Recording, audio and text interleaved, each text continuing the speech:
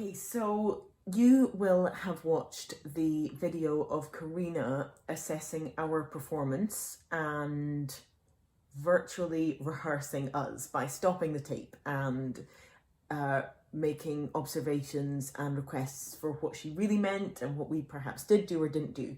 So I thought, given that all of the musicians that made that original recording have very kindly agreed to re-record the Tallis based on Karina's requests and observations, that I would also document that process. So what I am going to do now is stop and start Karina's points. There she is there. And try to demonstrate to you all how I would go about doing that. Now, for everyone who is sending in tapes for our final performance, I'm really hoping that you've all watched this and that in how you're playing and recording, you are incorporating what Karina is suggesting. Now, I've been sitting in on every single Zoom sectional this week, and most of the tutors have been referring to this video and have been encouraging you all to do what she is looking for and to be integrated into that process. So this will just be an addition in that direction. So let's see what she says.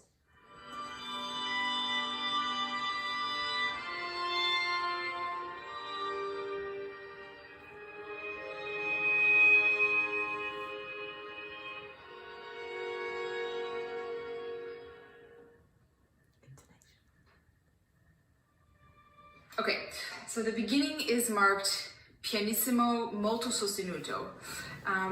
So then you have to think about, first of all, what this would sound like if a group of string players were playing in a very large cathedral with a lot of resonance. You have to play so much softer than you think you need to. So basically, in general, I would say a lot of the time in orchestra, pianissimo can never be soft enough. It could be much more sort of far away. There's a word that we often use, lontano, if you've ever seen that written. So it's something that comes from very far away, shrouded in fog. Now the molto sostenuto marking, also I think that could be exaggerated. So everybody is, we talked about the idea of waiting before you go on and waiting for other people to feel the rest of the group. That's beautiful. However, it's important not to decay this with the sound at the end of every note. So we don't want every note to sort of have a big diminuendo and fade out, especially if the composer writes molto sostenuto. We really want to connect the sound so extremely glassy and smooth with the right arm, and very little vibrato, almost none, and just really, really, really keep your sound going, connect and connect and connect. And this long D pianissimo where we just arrived, this can be even softer than... Okay, so she's asking for a lot of really difficult things. Thank you, Karina. Okay, so lontano, sostenuto, molto sostenuto, and very soft and glassy, and not too diminuendo. So I can say that the extreme diminuendos were my fault from the get-go. I recorded first and people recorded to me. So if you're listening to a sound that disappears, you're going to follow that disappearing of a sound. And so what would I do? I would much more sustained, but very soft, and hardly any vibrato, she said. Not no vibrato, but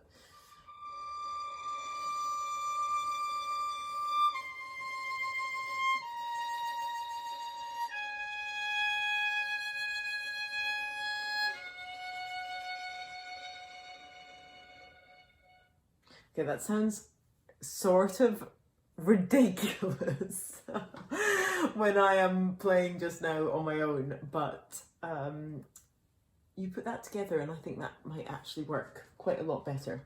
Let me try again.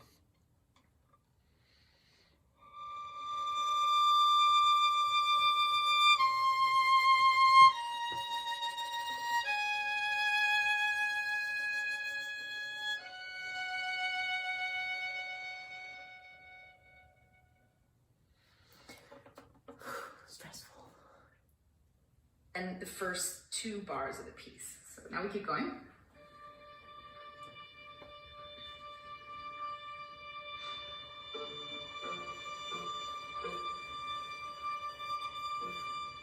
Trying to play even softer, like she said.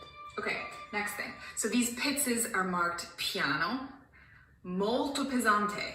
What on earth does that mean? So how can it be piano, you might ask, and molto pesante? Molto pesante, very heavy with a lot of weight. There's a kind of gravitas about this. There's a kind of somberness, a kind of ancient feeling about these pizzicati. And even though they're piano, it's also, the molto pesante can also refer to the placement, the sort of their placement. So we don't want to come too early on the pizzas. And also, bum, bum, bum, bum is like a question. Bum, bum, bum, bum. I would slightly dim at the end of that phrase so that there's a sense of kind of suspension. So rather than bum. Okay, I'm forwarding because this is not me who plays these parts. It's so fascinating. But that is Sua's responsibility. Bum, and bum, Laura's. bum. 2. Okay.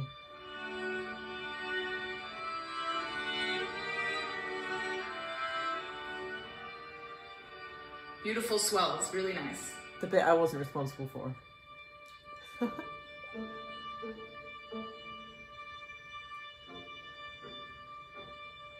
Yeah, and even in my gesture there, I even I physically backed up from the camera a little bit and got smaller in my gesture at the end of the phrase. That was just my sort of instinctual. So for all of you that are going to be recording this, you can absolutely, more than what you hear in the version that you will have, look at what Karina's doing. And whenever you see this, follow her movement. You can always play the last pizzicatos softer. And we will join you by the final concert with those dynamics. Physical way of showing to just also.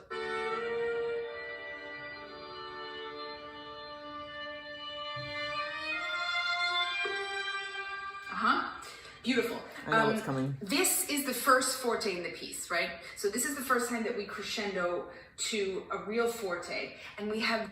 So I'm just going to stop her there for a second because often in music that has a veil over it that is so magical, actually you almost don't really believe. I have that issue myself. If I'm trying to maintain that mystical, magical aura, and I don't believe that the composer really wants to interrupt it with something like a sudden forte or an accent. But she's right. He did really actually write that, and we should do it. So I recorded it first, really playing. It was like a very meek forte piano. This pizzicato that sort of cuts whatever has happened before it. I think that can be without, of course we don't want to Bartok pits ourselves and break a string. Don't know what that we is. don't want Bartok to do too hard of a pit, but we do want to allow that pits to be, I would say, really close to the bridge, much closer to the bridge, so that you can get a nice kind of a little bit of a jarring yet resonant pits. And for those of us, I would make it much more extreme, much kind of more of a huge wave coming up to that forte. So we started pianissimo. And so for all of you recording this, we really want you to do that as much of a forte piano as possible. So do it more than the recording. We want you to have more of everything, more pianissimo, more forte piano, not less than us. Now we have this forte, and then the theme comes mezzo piano, right? So huge, I would say much like bigger dynamic differences from everybody.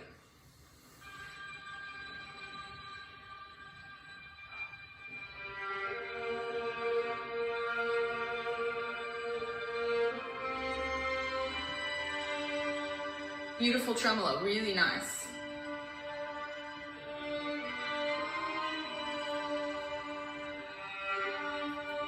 The tremolo didn't move with the lower voice there. Really beautiful.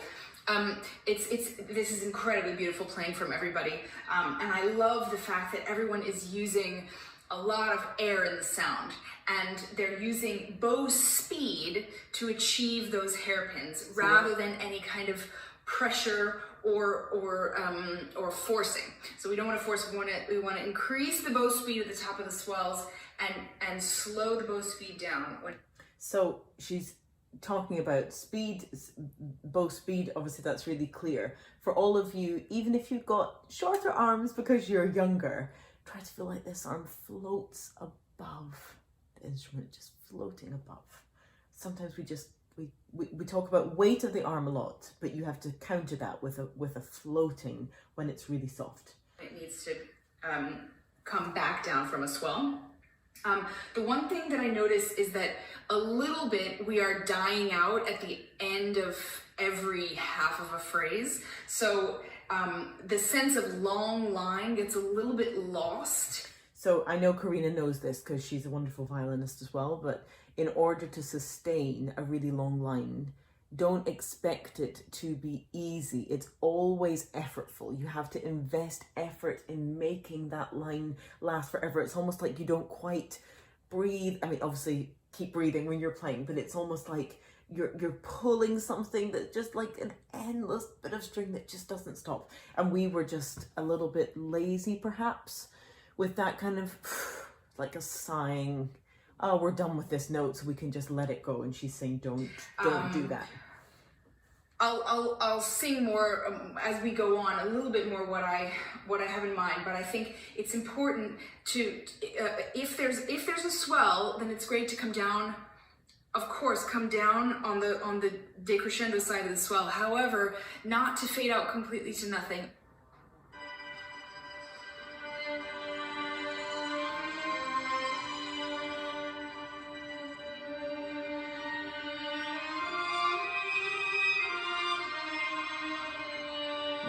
That's interesting. So follow her right there.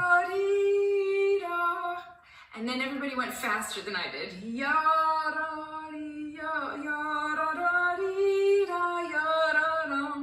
Is what I hear, and I think what I'm trying to show is to make sure that ya is really thoughtful. So.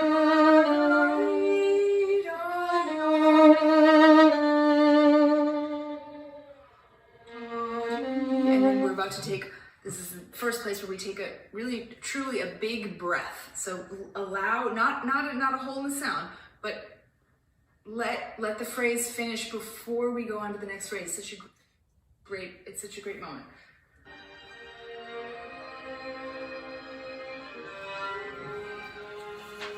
Got both my claps here.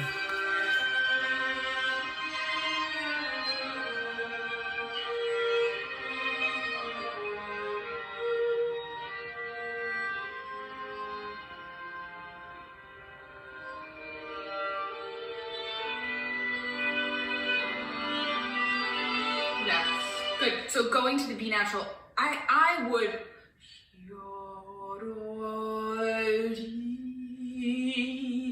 I would make that a more sort of special, sort of a special note, but really I felt it came too normally. We expect and what we get is. Can work on that.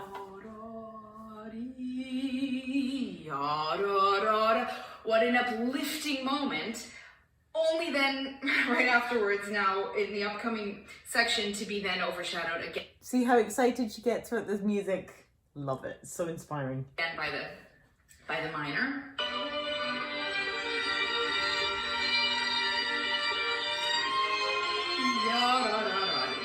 So what's happening in the music? It's major, minor, major, minor. This piece is very sort of modal, and it's this. Do you all know what modal is? If you don't, go and watch Robin's tutorials. Interplay between the major and the minor.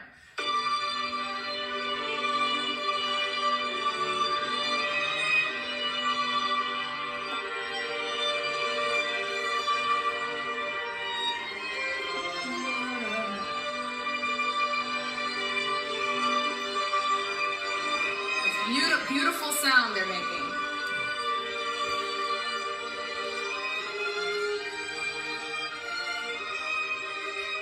Same thing. Yeah. Good. Again, the ya-da-da. I feel that everybody wants to push ahead a little bit. Ya-da-da-dee-da-da-da-dee, which is definitely very singable and very beautiful, but I would love a little bit more of a sense of expansiveness. So ya-da-da-dee, fill out the sound in between the notes. So the filling out of the sound in between notes, always practice that with no vibrato, because it all comes from the right hand. How can you make a stickiness that's like a glue? So it's really, really meaningful and expressive, like someone speaking or singing.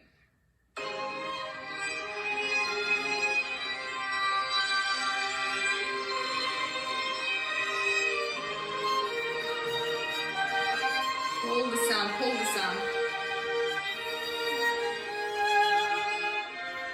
Yeah, that could be much more intense. That there with the F minor, where it's fortissimo, really yada, chi, chi. There you can definitely sink into the string finally, right? We don't want the airy sound. This is where we want to really. And that can be actually quite difficult to do, because if you've been using a lot of bow,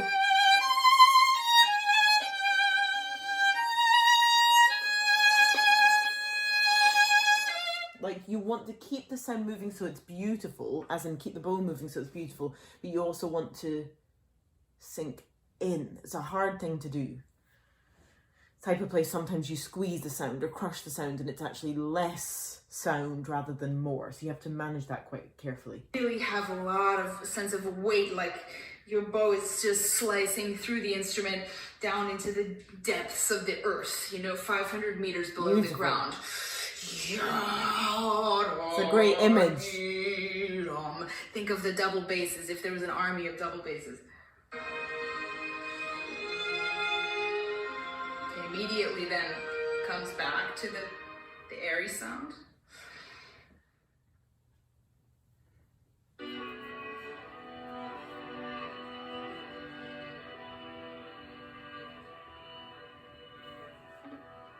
That's beautifully soft, great.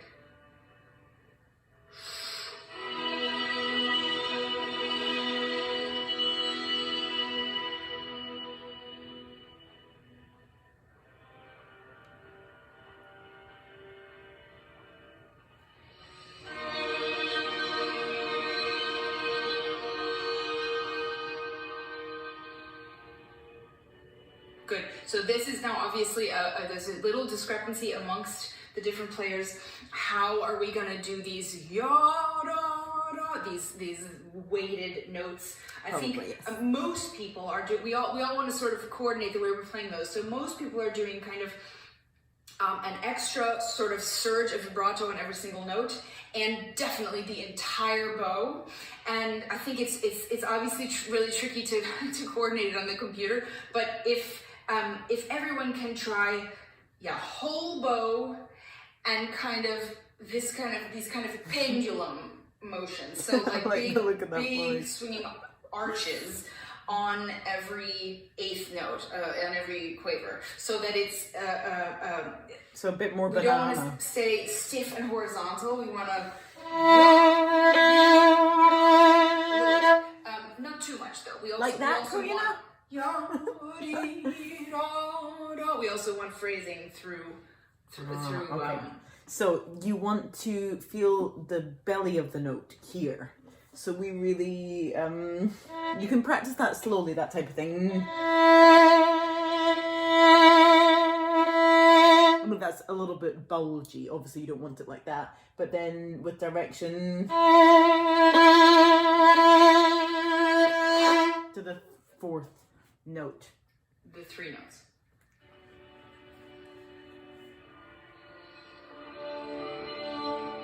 This one's piano. Beautiful, suspenseful sound.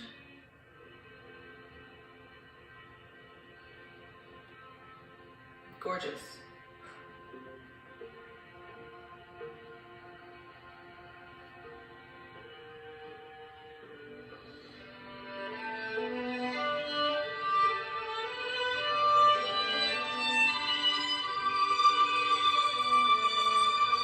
Play that better. That's beautiful. How she delayed a little bit. Beautiful. Criticize me, Karina.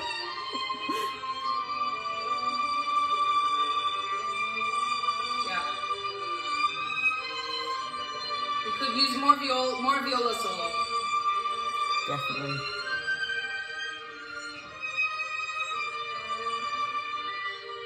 Yeah, it's a duet, right? So we need more from the viola solo. And That's in the balancing as well. My favorite bar.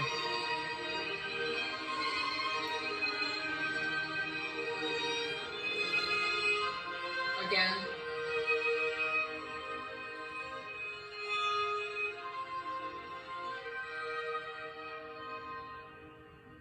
Yeah, again, this is that we want a really gradual diminuendo, and what happens now is there's a little bit of kind of, again, I just let go of the sound. Too tired of letting up too much, and then we have to play more in the next bar. So we want to be really, really gradual about it. And just to emphasize that always takes effort. To be really careful with how you grade the sound.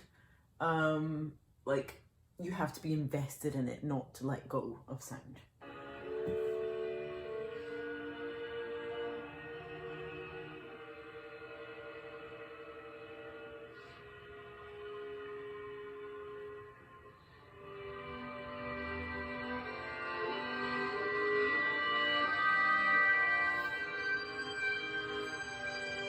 Intonation.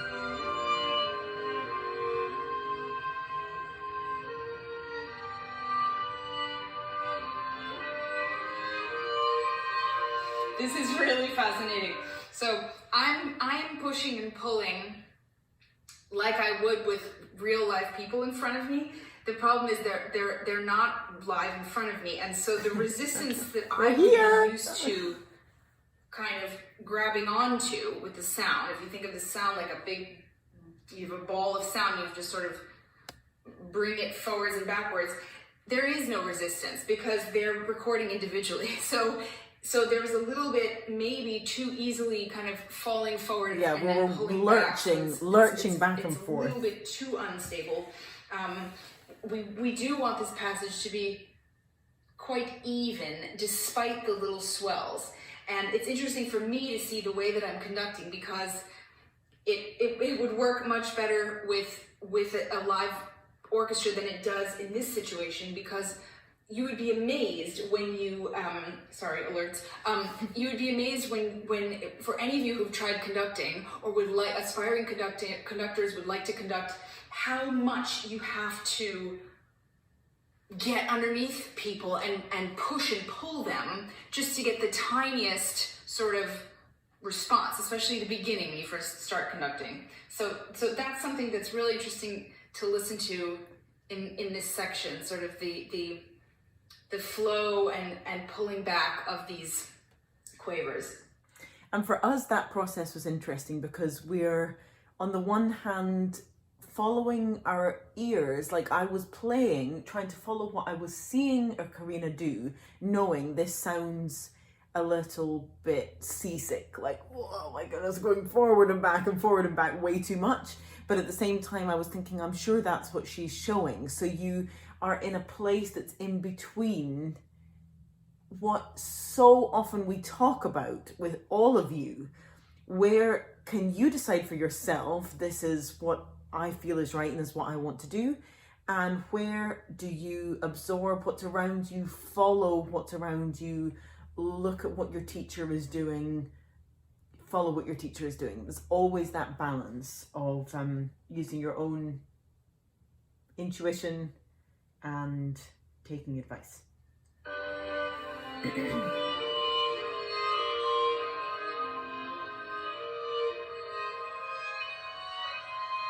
Smooth, gradual, like something going up into the sky.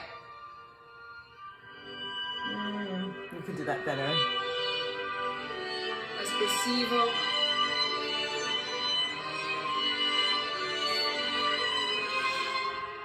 Okay, that I knew she was going to didn't stop quite there. work.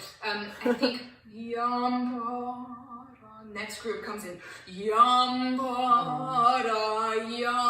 And it's building, and we need to keep it going. Da dee da dee da ya ya. And then I'm going to be bad at doing and that. then we have the sort of coda with the violin. See, this is exactly the kind of thing that I was talking about with that forte piano at the beginning. This is precisely the type of thing that I chicken out of, because I'm so scared to just mess up the smoothness and prettiness of what it is. But obviously she's right. We have to be way more fierce there. Solo. So it could be the crescendo could be more gradual from everyone, with again a sense of long line building to the ya hum.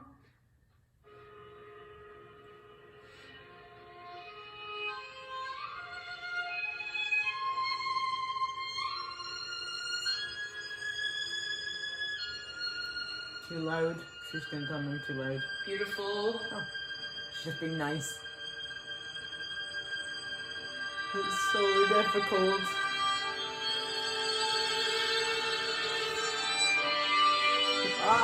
You feel like you're running out of steam. Love on this bow. That's fabulous.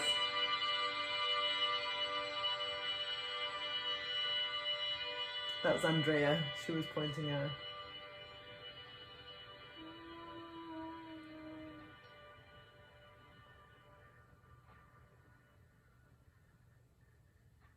Oh, guys, very, very beautiful. They did such a fabulous job. I mean, this is this very last yeah. Very difficult to do. That A has to be the most intense and the longest, most kind of pulled out crescendo that anyone's ever played. And then I would say I mean, anything you can do to get your open strings to just resonate and ring, you know, that the whole neighborhood should hear the, you know, that last chord and this kind of wave of sound, which then has a very, very long resonance period. So those are my comments. This video is very long, but this is sort of, I guess, I mean, this is only about 21 minutes. And normally a piece like this with an orchestra, we would rehearse for, 90 minutes, 3 days in a row before a concert. So there's a lot to do. There's a lot to rehearse. There's a lot of tiny details to talk about and decisions to be made. Not only, coming from me as the conductor, but also especially in a string piece like this. If I did this with a professional orchestra, I would be super reliant on the concertmaster and the principal viola and the principal cello, and they would talk amongst themselves and also maybe try different bowings, try different fingerings, really experiment. And I've noticed in some of the other videos, like Elena's video for the advanced tutorial on this piece, she talked a lot about that too. Try different things, experiment, play the video over and over again, and try different ways of playing to it and different ways of kind of conceptualizing For music. all of you guys, I hope you have fun. watched This piece is so beautiful, and I hope that you all are enjoying this amazing, amazing masterclass virtual sessions. Thank you. Aww. Yay, Karina. Oh, we don't need another one. So I hope it has been useful for you all to look at my response to that and to trying these things. Of course, just looking at what she was saying towards the end. So we'll be trying after X. So all of these.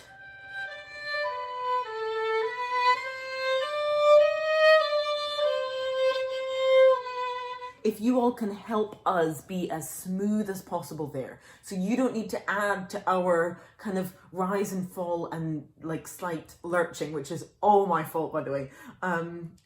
You can contribute with creating the longest, smoothest sound imaginable, and just that amazing bow control that I know so many of the tutors have been working with you all on those things. And then for the fifth last bar, 1, 2, 3, 4, 5, these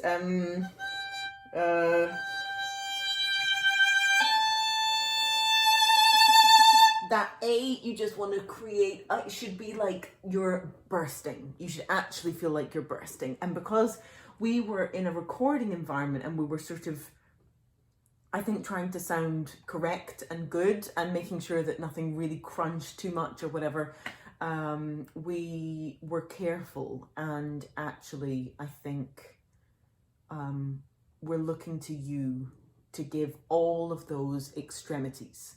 So I've said it a few times, but I'll say it again. Piano, play, whisper even more, create more of a delicacy in your sound. Even more.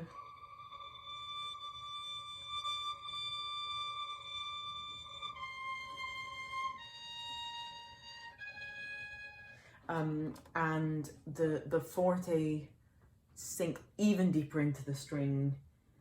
Just pour your heart into each extreme as much as possible.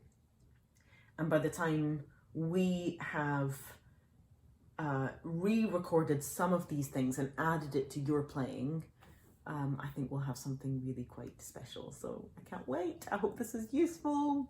Bye guys.